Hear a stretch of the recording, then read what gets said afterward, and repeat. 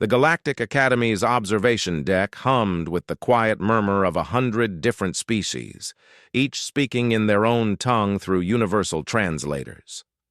Kylie sat alone at a corner table, her fingers wrapped around a steaming cup of what the other students had learned to call coffee, a human stimulant so potent it was classified as a controlled substance on 14 worlds. She watched the stars drift past the viewport, her expression serene. 3 months into her exchange program, and she'd learned that the best way to survive among the galactic community was to remain invisible. Humans were a curiosity here, a species that had somehow clawed their way to the stars despite evolving on a planet that would make most sentients weep. "Hey, Deathworlder!" Kylie didn't look up. She recognized the voice. Vexthor, a Krillian whose exoskeleton gleamed with the iridescent blue of his warrior caste. He'd been testing her since day one, pushing boundaries like a predator testing prey. "I'm talking to you, human." Vexthor's clawed hand slammed down on her table, making her coffee ripple. Around them, conversations died. The observation deck fell silent. Kylie slowly raised her eyes. "I heard you. You sit here every day, drinking your poison, acting like you belong." Vexthor's mandibles clicked with amusement.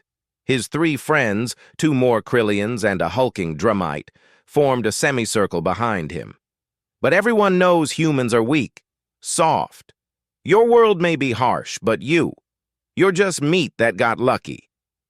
Maddox, her human classmate, stood up from a table across the deck. "Kylie, you don't have to—" "Sit down, Maddox," Kylie said quietly, never breaking eye contact with Vexthor. "This isn't your problem." The Krillian laughed, a chittering sound that his translator rendered as mockery. "See? Even your own kind knows you're worthless. Tell me, human, have you ever even been in a real fight?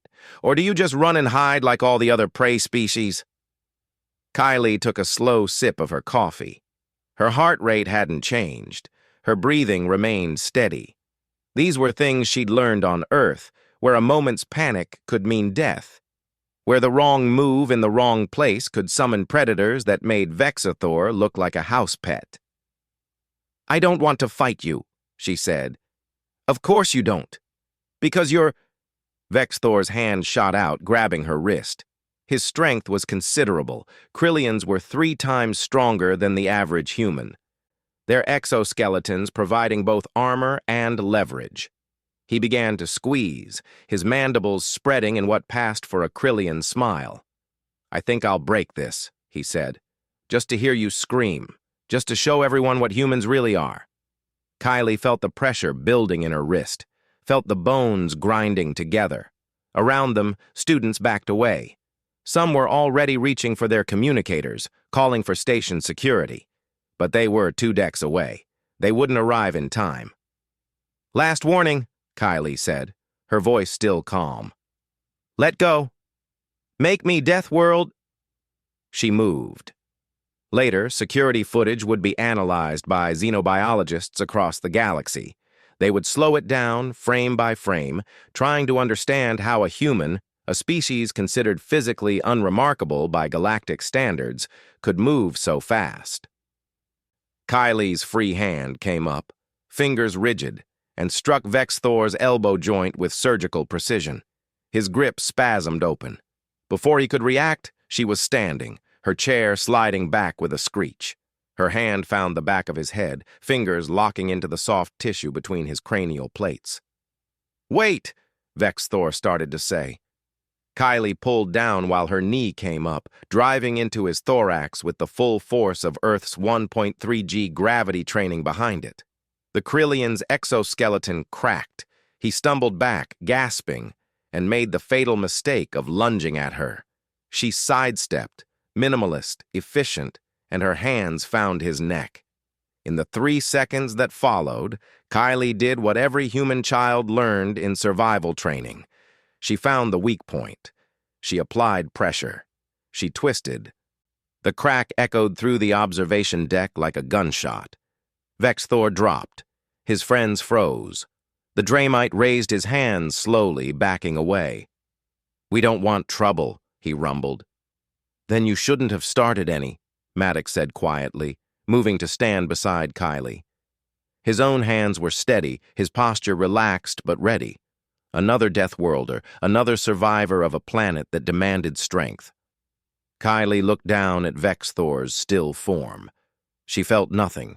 No rage, no satisfaction, no remorse. Just the same cold calculation that had kept her alive through dust storms that could flay flesh from bone, through heat waves that melted metal, through the 1,000 natural disasters that were just Tuesday on Earth. "Is he dead?" someone whispered. "Unconscious," Kylie corrected, kneeling to check his vital signs with practiced efficiency. "His neural cluster is stunned. He'll wake up in a few hours with a very bad headache and some cracked plates." She looked up at the crowd. "On Earth, we learn early. Don't start fights. But if someone forces you to fight, you end it, quickly, decisively." Security arrived 5 minutes later, weapons drawn. They found Kylie sitting calmly at her table, her coffee in hand, while Vexthor lay groaning on the floor. His friends were explaining, stammering really, how they'd provoked her. The head of security, a grizzled Valorian named Commander Thex, looked at the scene and sighed. "Human Kylie, you're supposed to report threats to station security." "I did," Kylie said, holding up her communicator. 3 weeks ago, filed 14 complaints about harassment. Nothing happened." Thex's face darkened. He pulled up her file, scrolled through the complaints, and cursed in his native tongue. "These were never processed." "I know." Kylie took another sip of coffee. "So I handled it myself." The commander looked at Vexthor, then back at Kylie. "You could have killed him." "If I wanted him dead, he'd be dead." Kylie's voice was flat, matter-of-fact. "I showed restraint. On Earth, what he did would be considered assault. The response would be significantly less gentle." Word spread through the Galactic Academy within hours. The Deathworld girl who sat calmly until pushed too far.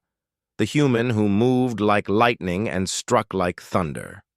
Other species whispered when she passed, but now it was respect, not mockery. Maddox sat down across from her the next day, sliding a fresh cup of coffee across the table.